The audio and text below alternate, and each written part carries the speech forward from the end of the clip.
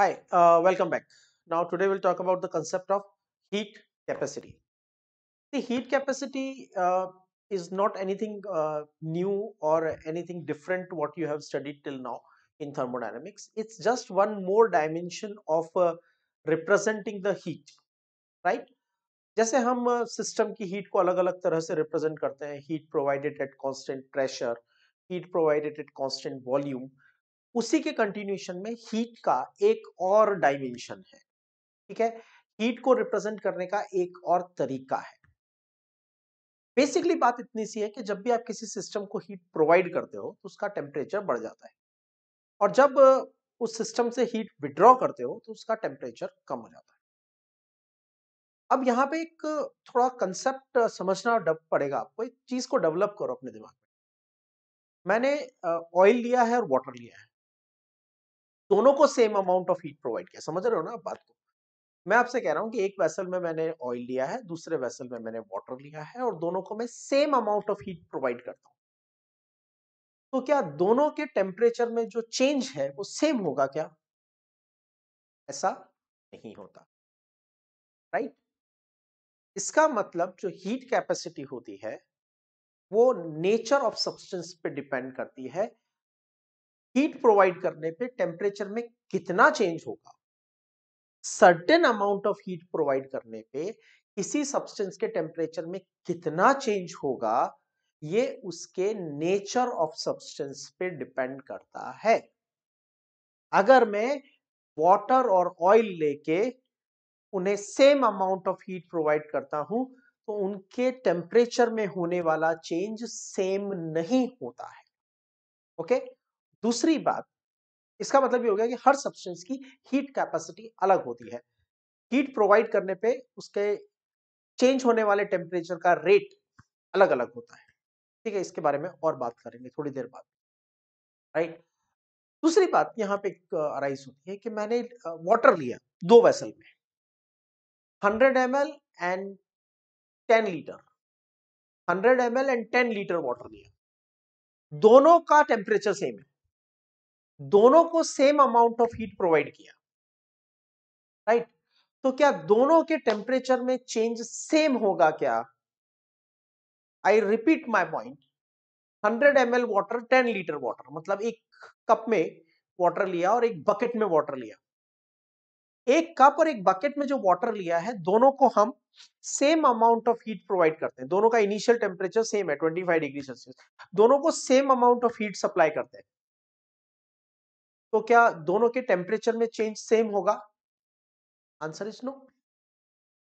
100 ml को जब आप हीट प्रोवाइड करोगे और उतनी हीट 10 लीटर को प्रोवाइड करोगे, तो 100 ml वाले लिक्विड का टेम्परेचर में चेंज ज्यादा होगा, और 10 लीटर वाले के टेम्परेचर में चेंज कम होगा। इसका मतलब on providing the heat, how much temperature will change, ये दो बातों पर डिपेंड। ठीक है, नंबर एक नेचर ऑफ सब्सटेंस पे, number two amount of substance. ठीक है, और 1 डिग्री टेम्परेचर चेंज करने के लिए, 1 डिग्री टेम्परेचर चेंज करने के लिए किसी भी सिस्टम को जो हीट प्रोवाइड की जाती है उसे हीट कैपेसिटी कहते हैं। समझा आपने ध्यान से मैंने क्या बोला? मैं रिपीट करता हूं। मेरे पास कोई भी एक ऑब्जेक्ट है, लेट्स से वाटर है, 25 डिग्री पे, और मुझे उसको 26 करना है। तो 25 से 26 करने के लिए मुझे कुछ हीट प्रोवाइड करनी पड़ेगी। 1 डिग्री टेम्परेचर बढ़ाने के लिए जो भी मैं हीट प्रोवाइड करूंगा उसको हम कहते हैं हीट कैपेसिटी। ठीक है, तो इस टॉपिक में हम इसी डायमेंशन को और ज्यादा आगे लेके जाएंगे। हीट कैपेसिटी के मैथमेटिकल फॉर्म्स और उसके कैरेक्टरिस्टिक्स को समझेंगे। सबसे पहले हीट कैपेसिटी को डिफाइन कर लेते हैं। तो it is the amount of heat required to raise temperature, to raise 1 degree Celsius temperature for any substance. This is called heat capacity. Okay, it is an extensive property.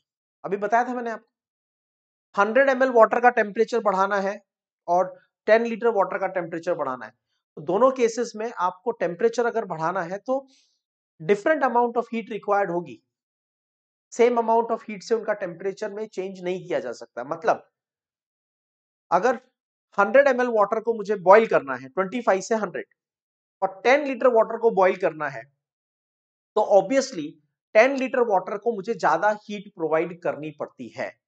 ठीक है, तो इससे मैं कहूंगा कि जो हीट कैपेसिटी होती है वो अमाउंट ऑफ सब्सटेंस पे डिपेंड करती है,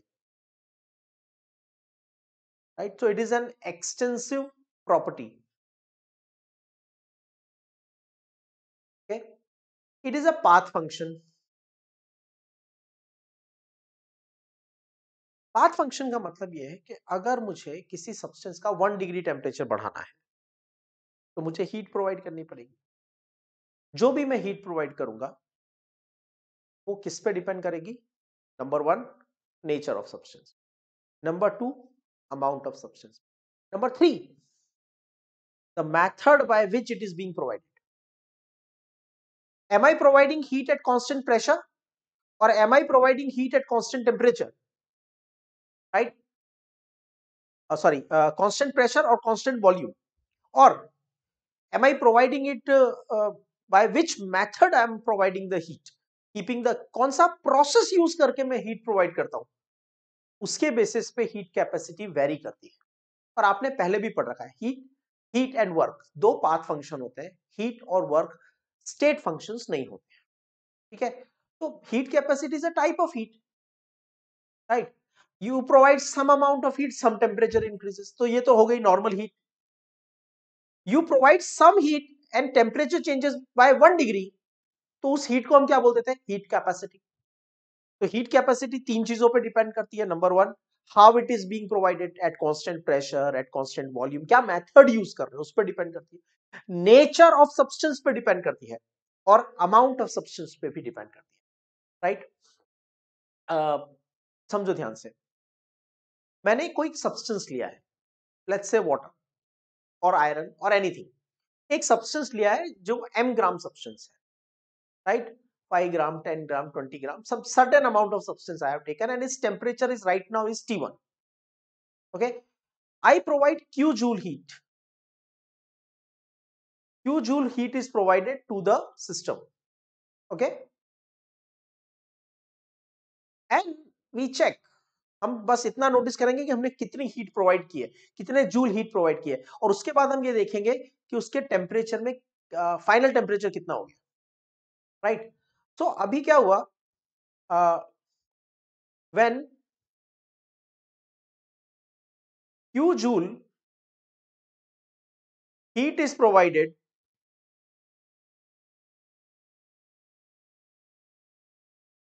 Q joule heat is provided to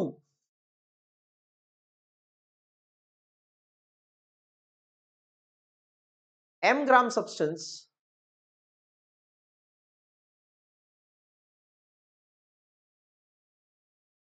temperature changes, temperature changes from T1 to T2। ये तो हमने एक्सपेरिमेंट किया। इसका मतलब चेंज इन टेम्परेचर कितना हुआ? Final minus initial.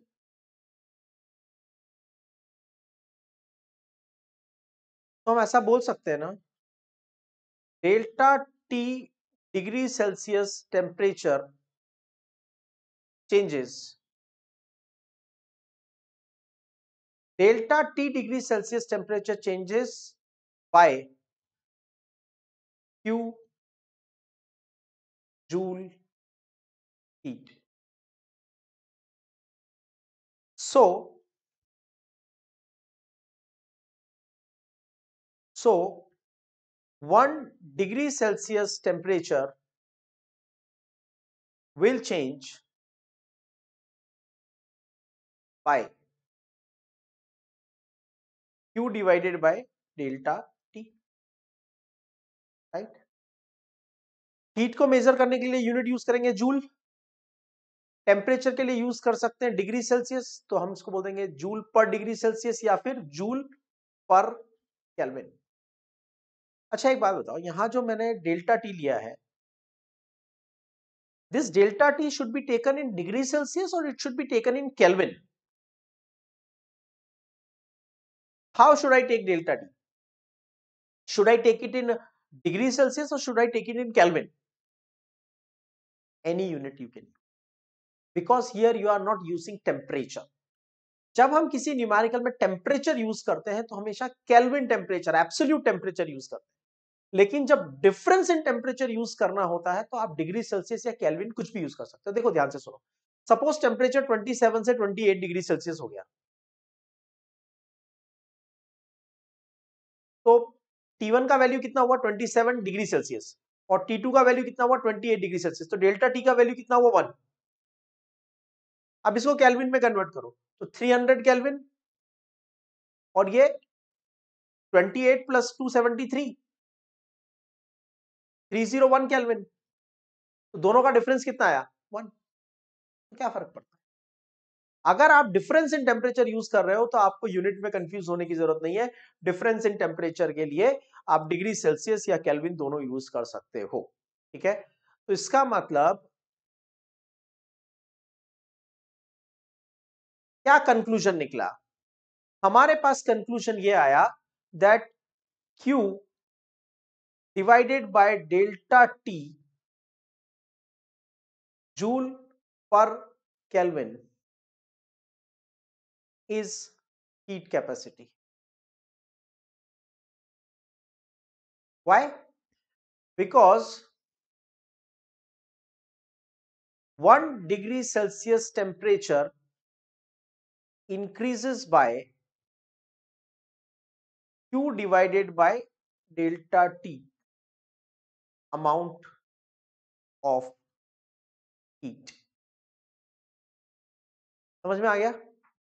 तो हीट कैपेसिटी जो होती है वो एक अमाउंट ऑफ हीट होती है which you will require to increase the temperature of substance by 1 degree Celsius. कोई भी सब्सटेंस है आपके पास, आपको उसका टेम्परेचर 1 डिग्री बढ़ाना है, कुछ हीट देनी पड़ेगी।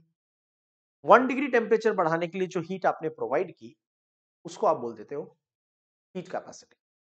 Okay, to go ahead with it, suppose I have some substance m gram, कितना already mentioned, m gram substance है मेरे पास। ओके, और मैंने इसको 100 जूल हीट प्रोवाइड किया। कितना हीट प्रोवाइड किया? 100 जूल। इसका टेम्परेचर चेंज हो गया 25 डिग्री टू 35 डिग्री, मतलब कितना चेंज हुआ 10 डिग्री। 10 डिग्री जब मुझे टेम्परेचर चेंज करना पड़ता है, कितना 10 डिग्री जब टेम्परेचर चेंज करना पड़ता है तो 10 डिग्री टेम्परेचर चेंज करने के लिए हीट चाहिए 100 जूल। तो 1 डिग्री के लिए कितनी हीट चाहिए? 100 divide by 10, 10 joule. So I will say heat capacity is 10 joule. इसका मतलब जब भी मैं उस सब्सटेंस को 10 जूल हीट देता हूं उसका टेम्परेचर 1 डिग्री बढ़ जाता है। That's called heat capacity.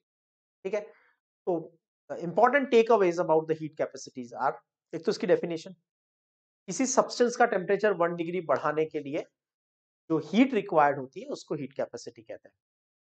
दूसरी बात, क्या वाटर की हीट कैपेसिटी फिक्स है? नहीं।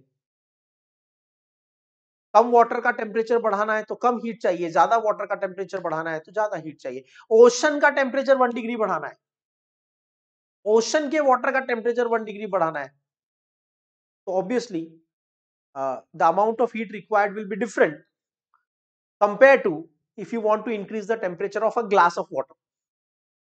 ठीक है, तो हीट कैपेसिटी सब्सटेंस की नेचर पे डिपेंड करती है। वाटर की अलग होती है, ऑयल की अलग होती है, आयरन की अलग होती है, हर सब्सटेंस की अलग होती है, और उस पर्टिकुलर सब्सटेंस के भी अमाउंट पे डिपेंड करती है। राइट, मतलब कम सब्सटेंस के लिए कम हीट कैपेसिटी, ज्यादा सब्सटेंस के लिए ज्यादा heat capacity. Then it depends on the method by which it is being provided, specially for the gases. Constant pressure पे इसका वैल्यू अलग होता है और कांस्टेंट वॉल्यूम पे इसका वैल्यू। ठीक है, समझ में आ गया? तो we can say heat capacity का ये पूरा एक ओवरव्यू हमने कर लिया। ठीक है, अब इसमें कुछ हम स्पेशल कंडीशंस और डिस्कस करते हैं। देखो, specific heat capacity, what is specific heat capacity? अभी मैंने आपसे कहा कि वाटर की हीट कैपेसिटी इस बात पर डिपेंड करेगी कि आपने कितना वाटर लिया है। मतलब 1 degree sorry 1 glass of water की का टेम्परेचर बढ़ाने के लिए अलग हीट चाहिए, 1 बकेट वाटर का टेम्परेचर बढ़ाने के लिए अलग हीट चाहिए। ठीक है, तो अब हम क्या करते हैं, हम इसको एक्सटेंसिव को इंटेंसिव बना देते हैं। मतलब अब हम हीट कैपेसिटी बढ़ेंगे, अब हम सब्सटेंस का 1 डिग्री टेम्परेचर बढ़ाएंगे, लेकिन इस बार हम सब्सटेंस की क्वांटिटी फिक्स रखेंगे, 1 ग्राम। ओके, तो पहले डेफिनेशन देख लेते हैं, फिर उस डेफिनेशन को समझेंगे। डेफिनेशन क्या कहता है? Amount of heat required to raise 1 degree Celsius temperature of 1 gram of any substance. 1 degree temperature बढ़ाना है, लेकिन सब्सटेंस की क्वांटिटी कितनी है? 1 ग्राम है। चलो देखो, ध्यान से देखो, this is an intensive property. Why intensive? क्योंकि अब आप अमाउंट ऑफ सब्सटेंस को चेंज नहीं कर सकते। अब आपके लिए अमाउंट ऑफ सब्सटेंस हो गया 1 ग्राम। तो हीट कैपेसिटी तो एक्सटेंसिव होती है, क्योंकि उसमें आप कुछ भी अमाउंट ले सकते हो, लेकिन स्पेसिफिक हीट कैपेसिटी इंटेंसिव होती है, क्योंकि वहां पे आप 1 ग्राम सब्सटेंस ही ले सकते हो। ऑब्वियसली ये भी एक पाथ फंक्शन है, the method by which it is being provided. अब थोड़ा सा इसको कैलकुलेशन को समझ लेते हैं। आइडिया सेम है, एक्सपेरिमेंट सेम है। एम ग्राम सब्सटेंस लिया है, उसका टेम्परेचर है T1, राइट? एम ग्राम मतलब लेट्स से 100 ग्राम वाटर लिया है, उसका टेम्परेचर है 25 डिग्री, और क्यू जूल हीट प्रोवाइड किया। जब क्यू जूल हीट प्रोवाइड किया तो उसका टेम्परेचर हो गया T2, राइट? So what happened? Simple logic लगाओ, for m gram substance, delta T degree Celsius temperature increases by Q joule heat. Okay, so for same substance, for m gram substance,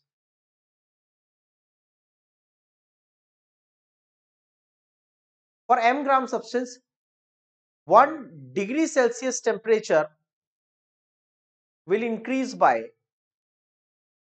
आप temperature का increase delta T नहीं करना है, आप temperature का increase करना है 1 डिग्री, तो क्रॉस मल्टीप्लाई कर दो, Q upon delta T, joule पर केल्विन। इसका मतलब डेल्टा टी टेम्परेचर चेंज करना है तो क्यू जूल चाहिए, लेकिन 1 डिग्री टेम्परेचर चेंज करना है तो हीट चाहिए Q upon delta T for M gram substance. अब देखो आगे, for M gram substance 1 degree temperature change करना है, for M gram substance 1 degree temperature change करना है तो हीट कितनी चाहिए? Q upon delta T. So for 1 gram substance 1 degree Celsius temperature increases by Q upon delta T divided by M, और इसको हम बोलेंगे 1 ग्राम सब्सटेंस का 1 डिग्री टेम्परेचर बढ़ाया। 1 ग्राम सब्सटेंस का 1 डिग्री टेम्परेचर बढ़ाया तो उसको बोलते हैं स्पेसिफिक हीट कैपेसिटी। तो मैं इसको रिप्रेजेंट करूंगा specific heat capacity S, small s।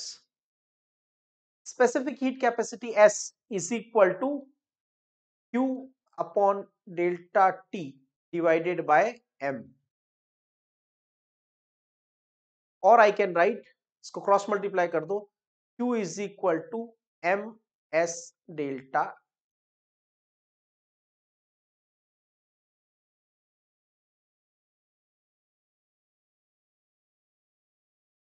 सी मैं आपको बताता हूँ, एक छोटा सा लॉजिक अप्लाई करते हैं। मैं आपसे कहता हूँ कि 100 gram substance A is to be heated from 70 degree to 100 degree Celsius. मेरे पास कोई सब्सटेंस ए है, उसका टेम्परेचर 70 डिग्री है, मुझे उसको 100 डिग्री करना है, सब्सटेंस की quantity 100 gram. How much heat will be required? How much heat will be required?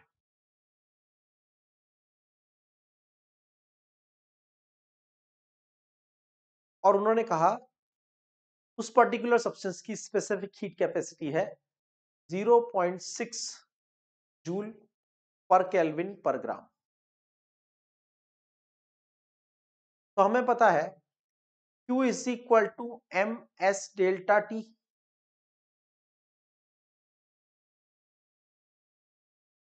ठीक है, m कितना है? 100 ग्राम। और s का वैल्यू कितना है? 0.6। और टेम्परेचर कितना है? चेंज इन टेम्परेचर कितना है? 30 डिग्री सेल्सियस। सब्सटेंस की यूनिट ग्राम, इसकी यूनिट जूल पर केल्विन पर ग्राम, और टेम्परेचर का यूनिट पर केल्विन या पर डिग्री सेल्सियस, कुछ भी यूज कर सकते हैं। तो पर केल्विन से पर केल्विन कैंसिल, ग्राम से, sorry this is temperature unit is kelvin not पर केल्विन। तो केल्विन से पर केल्विन कैंसिल और ग्राम से पर ग्राम कैंसिल, बचेगा क्या? जूल।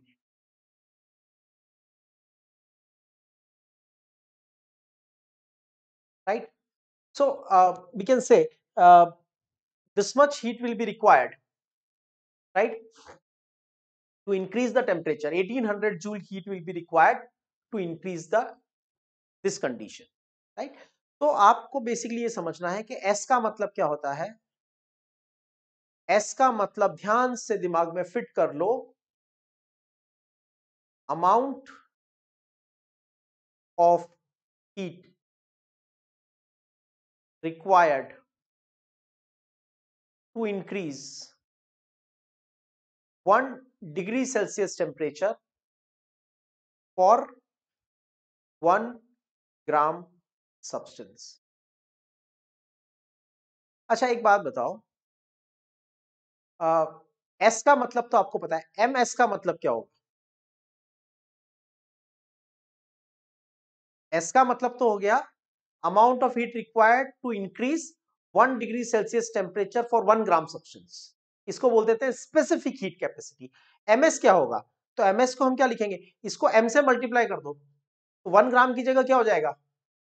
एम ग्राम। समझो ध्यान से, टेक्सचुअल लैंग्वेज नहीं है, हमें अपना कंसेप्ट क्लियर करना है, इसलिए एग्जांपल दे रहा हूं। एस का मतलब तो ये हो गया कि 1 ग्राम सब्सटेंस है, उसका 1 डिग्री टेम्परेचर बढ़ाना है। 1 ग्राम सब्सटेंस है, उसका 1 डिग्री टेम्परेचर बढ़ाना है, तो जो हीट चाहिए उसको बोलते हैं एस, स्पेसिफिक हीट कैपेसिटी। लेकिन अगर मैं इसको एम से मल्टीप्लाई कर देता हूं तो इसका मतलब क्या होता है? Amount of heat required to increase 1 degree Celsius temperature for m gram substance, not 1 gram substance. इसका मतलब m को s से मल्टीप्लाई कर देंगे तो वो किसको रिप्रेजेंट करेगा? हीट कैपेसिटी को रिप्रेजेंट करेगा। तो s रिप्रेजेंट करता है स्पेसिफिक हीट कैपेसिटी को, 1 ग्राम की हीट कैपेसिटी को, और ms रिप्रेजेंट करता है ओनली हीट कैपेसिटी को। समझ में आ गया? So this is about the idea of heat capacity. In the next section, we will talk about the what is CP, what is CV, and the relation between CP and CV.